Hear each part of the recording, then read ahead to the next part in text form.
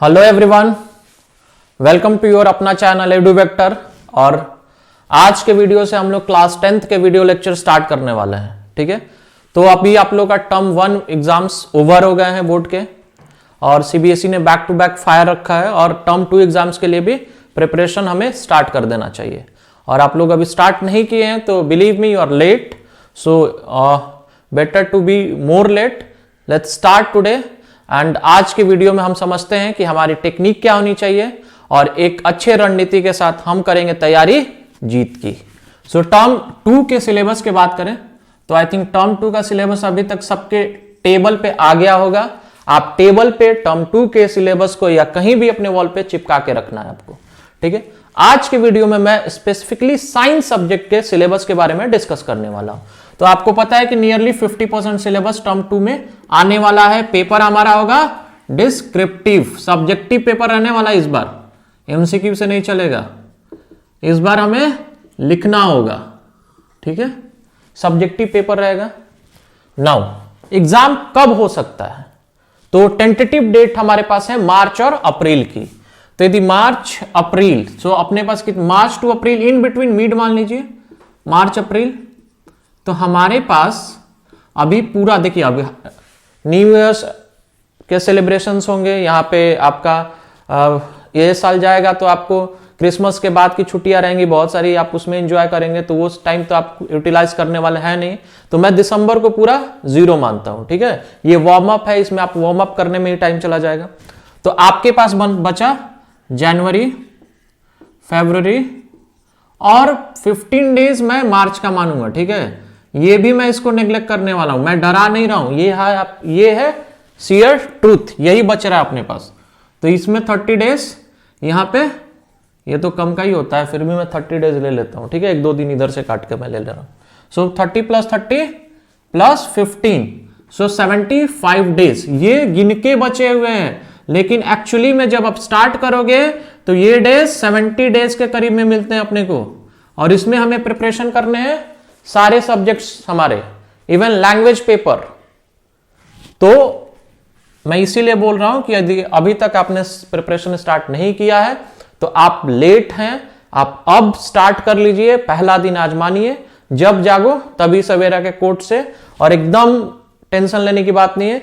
Science में जितने भी टॉपिक्स हैं, फिजिक्स, केमिस्ट्री, बायोलॉजी, मैं आपको एकदम डिटेल वीडियो नोट्स के साथ, और जितने भी एनसीईआरटी के इंटेक्स क्वेश्चन है, एग्जाम्पलर हैं, हम इस वीडियो लेक्चर्स के दौरान पूरा सॉल्व करेंगे। सो बी विथ मी जब तक ये पूरे टॉपिक्स टर्म 2 के कंप्लीट नहीं हो जाते हैं। तो अब बात करते हैं कि टर्म 2 में हमारे पास साइंस में सिलेबस क्या है। डे हमारे पास डेज हैं 70। तो साइंस में क्या क्या आता है अपना, फिजिक्स। तो फिजिक्स में 2 चैप्टर अपने को पढ़ने हैं। ठीक है, ये आप लोग भी लिख लीजिए, पेज 1, ये अपने कॉपी का पेज 1 कर लीजिए। यहां पे हमारा पूरा ये डिटेल लेआउट प्लान रहेगा, और उस प्लान के तहत हम एक एक दिन एग्जीक्यूट करेंगे कि आज मेरा टारगेट इतना है, अचीव हुआ है कि नहीं हुआ है, और टारगेट अचीव पे थम्स अप लगाएंगे। फिजिक्स में पहला चैप्टर जो हमारा है इलेक्ट्रिसिटी, बहुत ही आसान चैप्टर है। 1-2-3 फॉर्मूला आप लोगों को पढ़ना है और बहुत इजीली ये सॉल्व हो जाएगा। उसके बाद magnetic effects of electric current,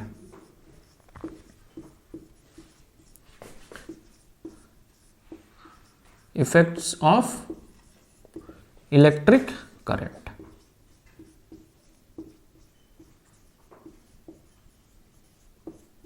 ये 2 चैप्टर हो गए। अब बात आई केमिस्ट्री की, तो मैं इस साइड्स का मिटा देता हूं।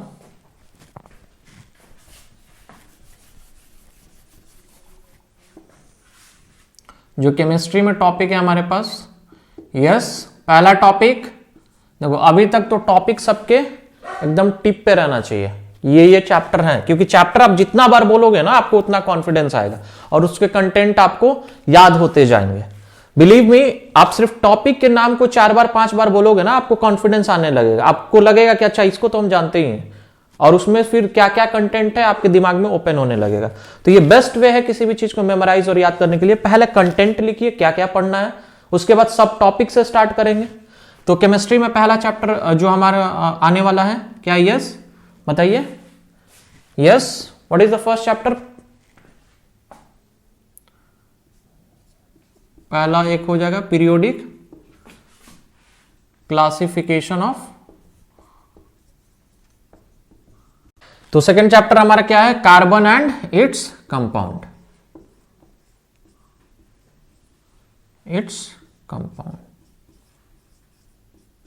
देखिए सीक्वेंस हमारा यही रहेगा, ठीक है। एनसीईआरटी में पहले ये चैप्टर दिया होगा, लेकिन हम पहले पीरियोडिक क्लासिफिकेशन ऑफ एलिमेंट्स करेंगे, then carbon and its compound last में करेंगे। बहुत इजी चैप्टर है, कोई टेंशन लेने की जरूरत नहीं है। आपको सारे नोट्स एनसीईआरटी के जितने भी सॉल्यूशन है, डिटेल सॉल्यूशन विथ एक्सप्लेनेशन, सारे मैं वीडियो लेक्चर के जरिए देने की कोशिश करूंगा। उसके बाद जो थर्ड स्ट्रीम है अपना बायोलॉजी, ठीक है। मैं यहाँ पे बायोलॉजी को लिख रहा हूँ। बायोलॉजी में क्या क्या है, लेट्स सी। सो बायोलॉजी में पहला चैप्टर अपना पढ़ेंगे हम लोग बायोलॉजी। पहला चैप्टर होगा हाउ डू ऑर्गेनिजम्स रिप्रोड्यूस, ठीक है। सेकेंड चैप्टर अपना क्या रहेगा? यस, मैंने क्या बोला, चैप्टर आपके टिप पे होना चाहिए। Heredity and evolution. चलिए इस चैप्टर में एक है कि ये जो इवोल्यूशन वाला पार्ट है ये आपको नहीं पढ़ना, ये इस बार टर्म 2 में आपको नहीं पढ़ना, ये सिलेबस से हटा दिया गया है। नाउ थर्ड चैप्टर जो है आवर इन्वायरमेंट,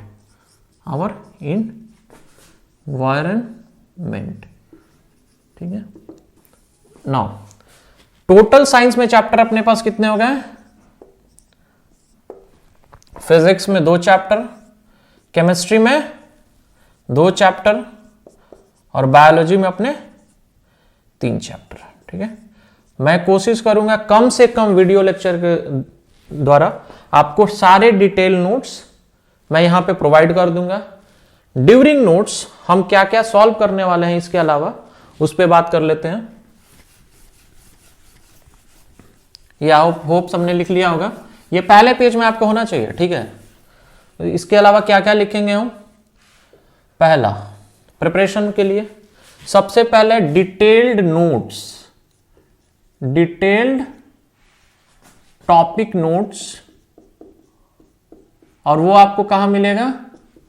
हमारे चैनल एडू वेक्टर पे, ठीक है। Now during notes I will explain you the concept as well. उसके बाद हम क्या करेंगे? हम सॉल्व करेंगे एनसीईआरटी, ठीक है। अब इस टेक्स्ट बुक में 2 टाइप के क्वेश्चन दिए रहते हैं। एक आपको इनटेक्स्ट क्वेश्चन रहेंगे, इनटेक्स्ट और एक्सरसाइज क्वेश्चन, ठीक है। कुछ क्वेश्चन एक्टिविटी बेस्ड भी रहेंगे, जो ड्यूरिंग दिस क्वेश्चन एक्सप्लेनेशन हम उसके भी कंसेप्ट आपको डिलीवर करेंगे। इसके अलावा एनसीईआरटी एग्जाम्पलर, ठीक है। अब यहां से लेवल अपना बढ़ेगा तो हम कहां बढ़ेंगे? एनसीईआरटी एग्जाम्पलर की ओर। अब इसको सॉल्व कर दिया तो समझो कि you can not be defeated, invincible हो जाओगे। इसको सॉल्व एग्जाम्पलर बना लिया मतलब सब कंसेप्ट क्लियर हो जाएगा, ठीक है। इतना मोर देन इनफ है to score 100% marks, 40 out of 40, no one can stop, even CBSE, ठीक है। क्योंकि अभी सबसे ज्यादा रोकने का कोशिश कौन कर रहा है? सीबीएसई अपने को। टर्म 1 के एग्जाम के पेपर में देखा हमने कि कैसे गुगली फेंका सबने, ठीक है, और एमसीक्यू में ही सबको लपेट डाला है। तो एनसीईआरटी एग्जाम्पलर के बाद अब क्या करेंगे हम? प्रीवियस ईयर क्वेश्चंस, ये बहुत इंपॉर्टेंट है क्योंकि प्रीवियस ईयर क्वेश्चन आप बनाओगे ना तो आपको एक पैटर्न समझ में आता है कि ये कैसे पूछ सकते हैं। तो पीवाईक्यू के लिए आप अपने से भी कोई सैंपल क्वेश्चन पेपर रेफर कर सकते हैं, ठीक है, या जो बुकलेट्स आती हैं बहुत सारी पब्लिकेशन की, वहां पे दिया रहेगा। और सभी क्वेश्चन को मैं थ्योरेटिक, देखिए बायोलॉजी में मोस्टली थ्योरी वाले क्वेश्चन आएंगे, केमिस्ट्री में भी वैसे ही क्वेश्चन रहेंगे, फिजिक्स में कुछ न्यूमेरिकल रहेंगे। तो try to practise as much as you can. एक चीज को 4 बार 3 बार पढ़िए और उससे आपको क्या हो जाएगा? सारे कंसेप्ट रिवाइज हो जाएंगे। और यही आप वीडियो के साथ भी कर सकते हैं। वीडियो को 1 बार देखिए, 2 बार देखिए, 3 बार देखिए। यदि आप लिख नहीं सकते हैं तो try to write the keywords. Keywords को एक जगह लिख के रखो आप, उसके बाद एक बार वीडियो देखो, 2 बार वीडियो देखो, एनसीईआरटी ओपन करो, अपने से बनाना शुरू करो। नहीं आता है, take help from the video, you will get the answer. Okay, and do practice and start करते हैं। तो आज अपने पहले चैप्टर से हम शुरू करेंगे इलेक्ट्रिसिटी, और ये सुनिश्चित करेंगे कि हम तैयारी करेंगे जीत की, और ये जीत हमें दिलाएगा 40% marks in our term 2 board examination. So let's start with the electricity. Term 2 के पहले चैप्टर इलेक्ट्रिसिटी से हम आज स्टार्ट करेंगे। तो मैंने सबसे पहला स्ट्रैटेजी बताया है कि कभी भी कोई भी टारगेट हम जब स्टार्ट करना शुरू करते हैं अचीव करने, तो एक पेज नंबर 1 पे हमारा पूरा जो कंटेंट होना चाहिए कि हमें क्या क्या पढ़ना है। तो पहला जो हमने सिलेबस ओवरव्यू के लिए देखा था, उसमें क्या क्या था अपना टोटल 2 चैप्टर हैं फिजिक्स में, 2 चैप्टर केमिस्ट्री में, और 3 चैप्टर आपके किसमें है, बायोलॉजी में। तो टोटल 7 चैप्टर हैं। उन 7 चैप्टर में सबसे पहला चैप्टर जो अपना इलेक्ट्रिसिटी है वो हम आज स्टार्ट करने वाले हैं। और सबसे पहले हम स्टार्ट करेंगे उसके कंटेंट से, और उसके कंटेंट के अंदर फिर सब टॉपिक्स जो होंगे उसको डील करेंगे, उसके थ्योरेटिकल पार्ट, उससे रिलेटेड न्यूमेरिकल, और उससे कितने टाइप के क्वेश्चन आ सकते हैं, each and everything we are going to discuss through this detailed video of electricity. So let's start.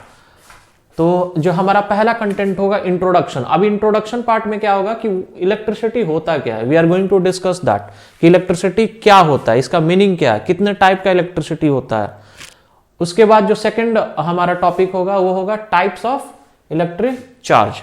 तो इलेक्ट्रिसिटी क्यों आता है, इसका रीजन क्या है, तो इलेक्ट्रिक चार्ज है, और वो इलेक्ट्रिक चार्ज कितने टाइप्स के होते हैं सेकंड सब टॉपिक में डिस्कस करेंगे। बहुत ही छोटे सब टॉपिक्स होंगे।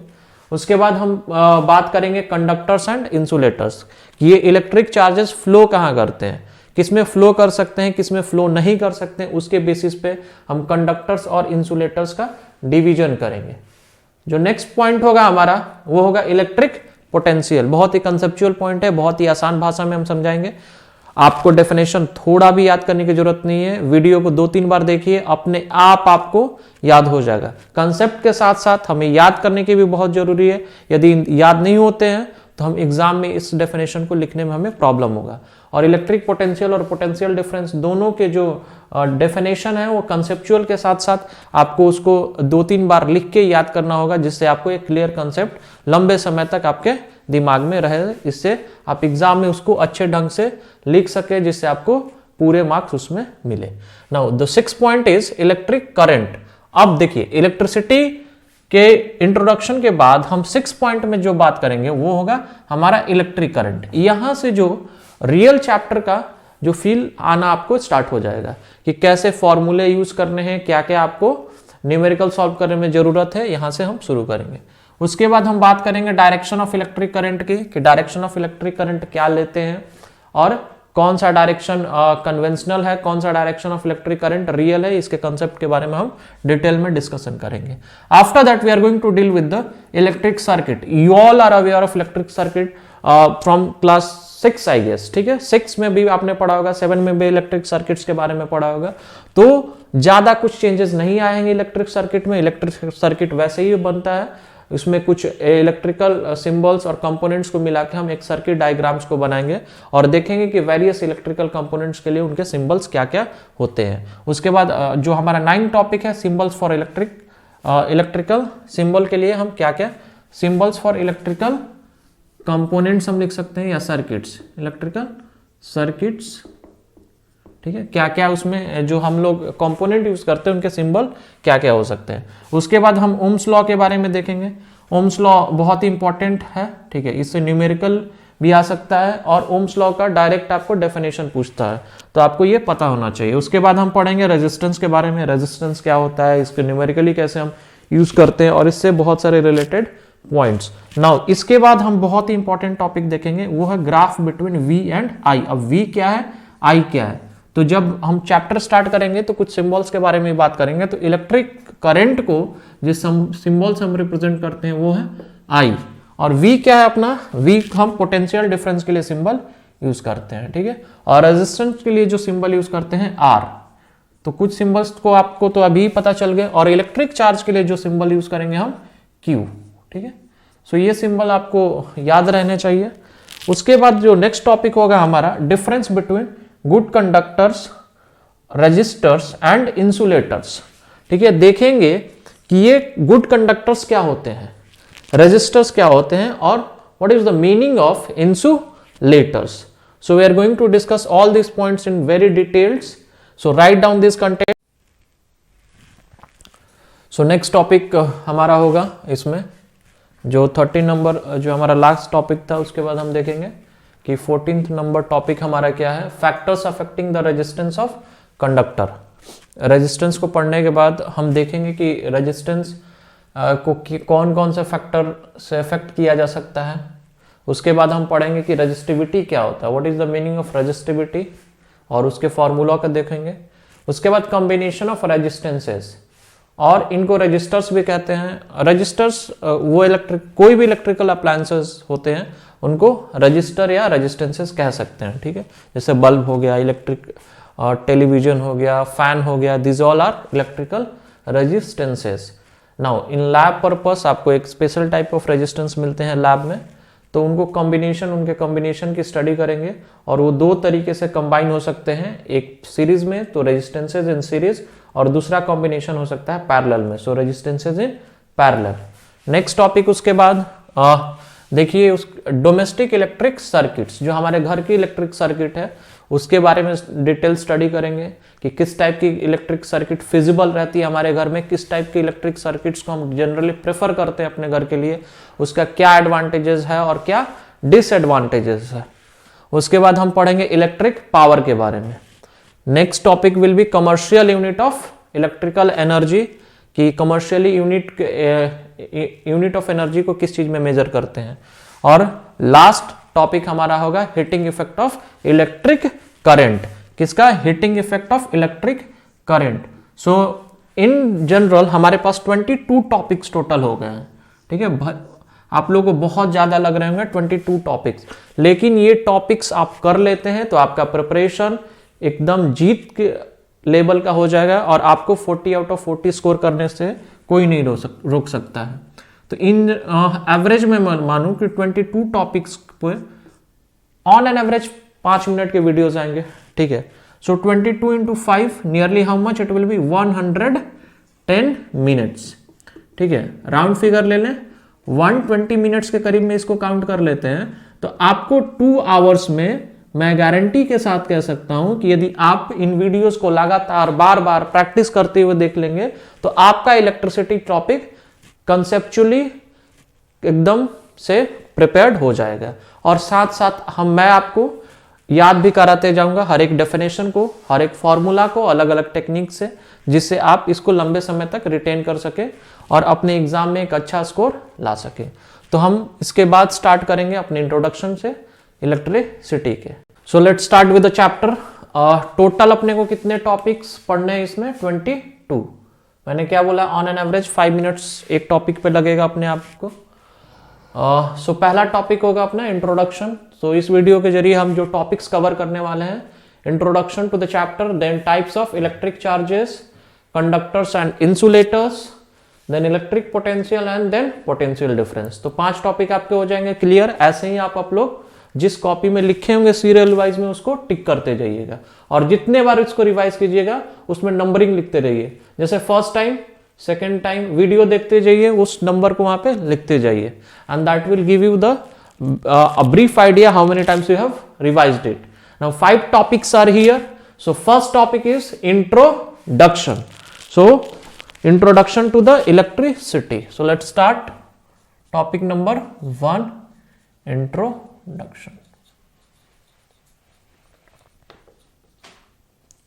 Now अब देखिए इलेक्ट्रिसिटी वर्ड का मीनिंग क्या होता है, what is the meaning of electricity. Hindi में बोले तो बिजली या विद्युत, बिजली या विद्युत। अब देखिए 2-3 इसमें वर्ड है जिसको हमें समझने की जरूरत है। पहला आपने सुना होगा करंट शब्द के बारे में, तो हम लोग ऑफन बोलते हैं इलेक्ट्रिसिटी की करंट लग गया। करंट कुछ नहीं लगता है, ठीक है, कभी भी करंट नहीं लगता है, क्योंकि करंट का मीनिंग सिंपली होता है मोशन, ठीक है, मोशन। दूसरा टर्म पढ़ेंगे इलेक्ट्रिक करंट। ये एक प्रॉपर टर्म होता है इलेक्ट्रिसिटी को बताने का कि क्या है इलेक्ट्रिसिटी, क्या है इलेक्ट्रिक करंट है। अब जानेंगे इस वीडियो के माध्यम से कि इलेक्ट्रिक करंट का मतलब क्या होता है। उसके पहले हम जो भी डिवीजन होता है इलेक्ट्रिसिटी में, कितने टाइप का इलेक्ट्रिसिटी होता है, इसका डेफिनेशन क्या होता है उसको अच्छे से समझ लेते हैं। सो देखते हैं definition of electricity. So electricity is nothing but a form of energy produced by charges, and in bracket I have written electrons. So charges is nothing but electrons. Charge कहने का मतलब क्या हुआ, इलेक्ट्रॉन्स का मतलब होता है। Electrons are nothing but charge, charge are nothing but electrons.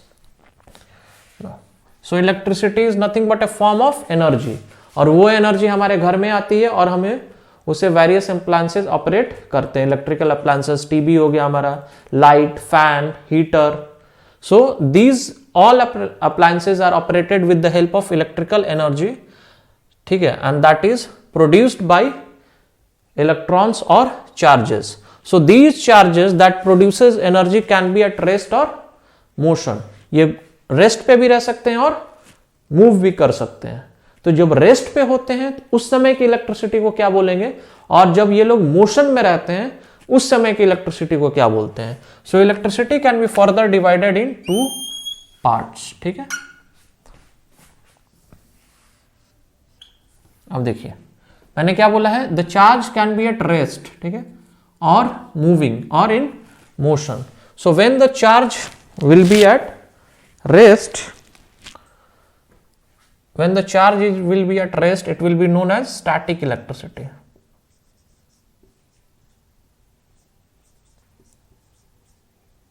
Electricity.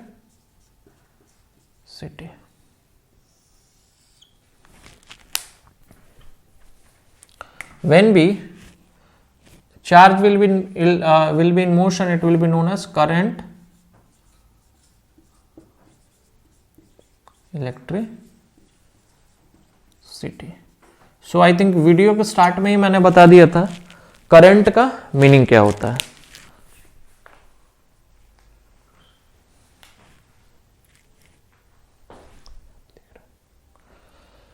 Now static electricity, तो in simple word study of charge. What is the meaning of charge? Charge का मतलब क्या होता है, इलेक्ट्रॉन्स, ठीक है, electrons at rest is termed as static electricity. जब आप आगे हायर क्लासेस में जाइएगा 12th क्लास में, तो इसको एक चैप्टर के नाम से जानते हैं, इलेक्ट्रोस्टैटिक, ठीक है।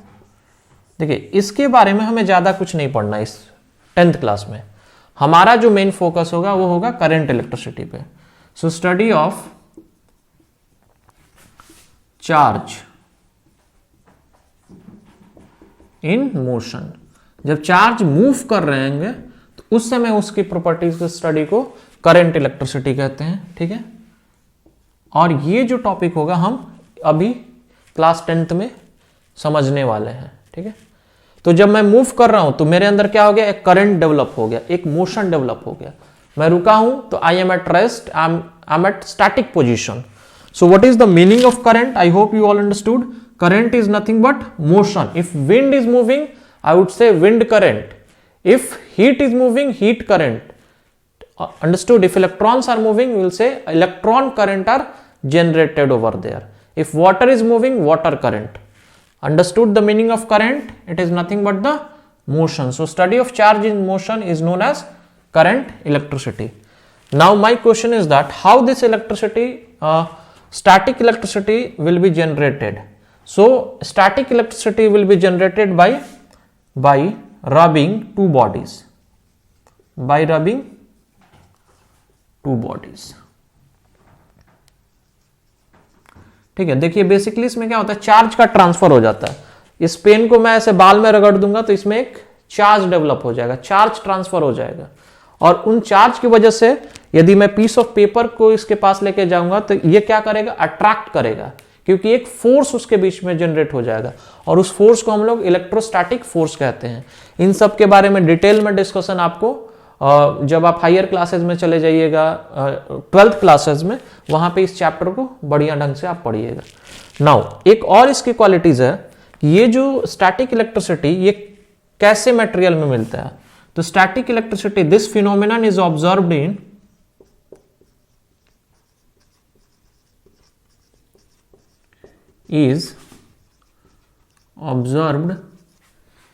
In insulators.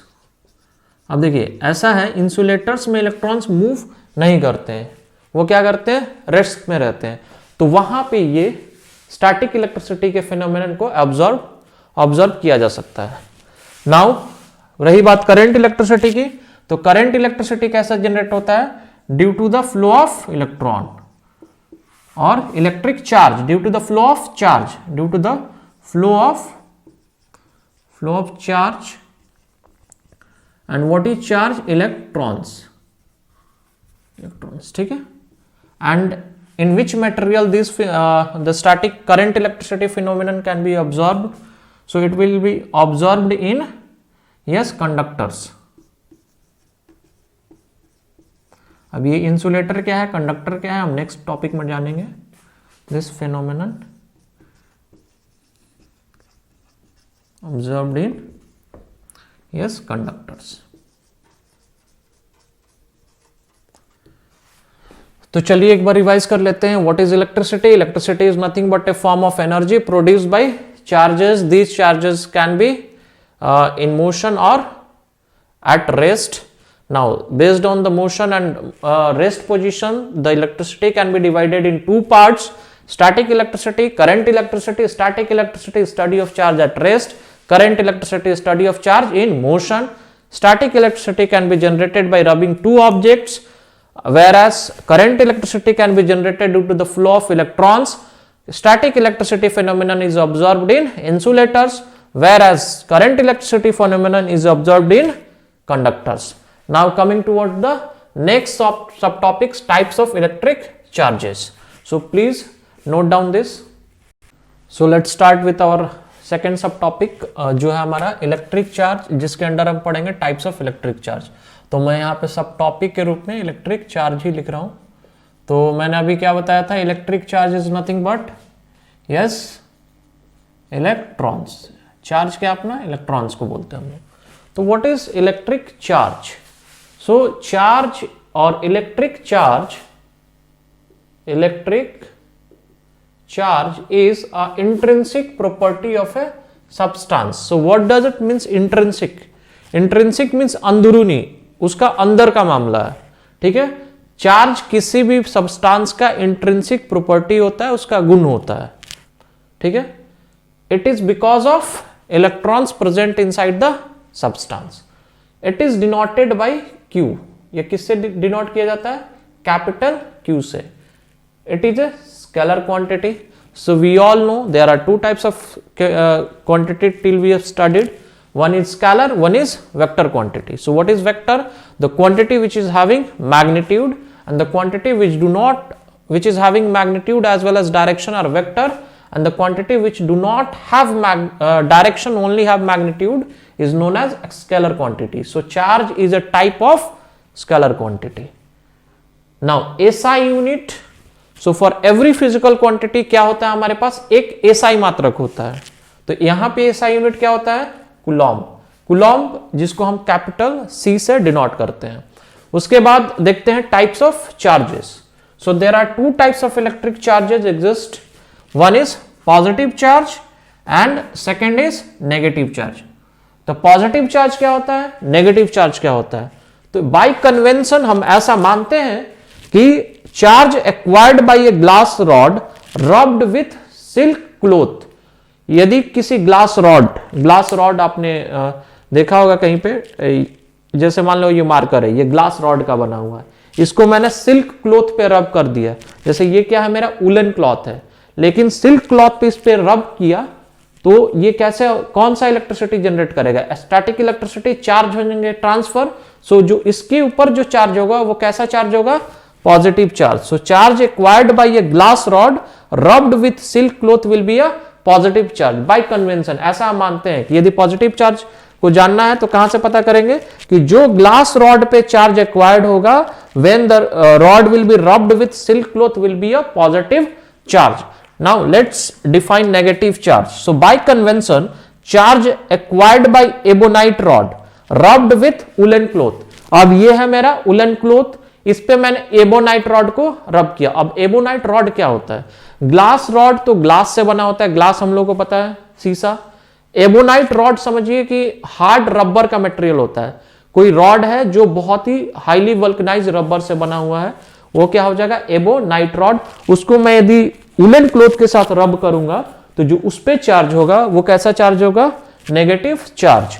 तो एक बार रिवाइज कर लेते हैं. Electric charge is intrinsic property of substance. It is denoted by Q. It is a scalar quantity. SI unit of electric charge is coulomb, denoted by capital C. There are two types of electric charge: positive charge, negative charge. Charge acquired by a glass rod rubbed with silk. Acquired by glass S last में आ रहा है, silk. So glass को silk से rub करेंगे तो positive charge. Then ebonite rubbed with woolen will give you negative charge. Now next we are going to discuss about property of charges. So now let's start with the important property of electric charges. So अभी तक हमने देख लिया कि there are two types of charges, positive charge and negative charge. तो in general this is the law of nature कि opposite charges और unlike charges क्या करते हैं? attract each other. ठीक है. I don't think कि ज्यादा एक्सप्लेन करने की जरूरत है आप लोगों की कि जब भी दो अपोजिट चार्जेस को पास में लाएंगे तो वो अट्रैक्ट करेंगे और दो सिमिलर चार्ज लाइक चार्जेस को एक पास में लेके आएंगे तो रिपेल करेंगे. Same as magnets, like poles repel each other, unlike poles attract each other. ठीक है. सो अपोजिट चार्जेस और unlike charges what will they do? Attract each other. जैसे पॉजिटिव और यहां पे नेगेटिव है तो ये क्या करेंगे? एक दूसरे को अट्रैक्ट करेंगे. They will attract each other. ठीक है. नाउ सिमिलर चार्जेस और like charges repel each other. What does it means? एक पॉजिटिव चार्ज पॉजिटिव इंटरेक्शन क्या होगा? रिपल्सन होगा. ये क्या करेगा? दोनों को दूर भगाएगा. यहां पे क्या करेगा? ये इसको खींचेगा, ये इसको खींचेगा और यहां पे ये इसको धक्का मारेगा और बोलेगा तुम दूर जाओ and he will repel the other one and both will generate a repulsive charge. So they will repel each other. Negative आएंगे पास में तो क्या होगा? दोनों क्या करेंगे? रिपेल करेंगे, एक दूसरे को दूर भगाएंगे. Now next topic will be the charge possessed by electrons and protons. देखो आप लोगों ने केमिस्ट्री में पढ़ा होगा कि every substances are made up of atoms और उन एटम्स के न्यूक्लियस में क्या होते हैं? न्यूक्लियॉन्स. और वो न्यूक्लियॉन्स क्या होते हैं? Neutron plus proton. और क्या मूव करते हैं? मोशन में क्या रहते हैं? इलेक्ट्रॉन्स. और जो हमारा करंट इलेक्ट्रिसिटी चैप्टर है उसमें क्या डिटेल में डिस्कस करने वाले हम लोग? ये मोशन ऑफ इलेक्ट्रॉन्स ही तो डिस्कस करेंगे. तो बताओ मुझे इलेक्ट्रॉन्स पे कैसा चार्ज होता है? ठीक है, लिख लो एक point note. Charge on electrons. ठीक है.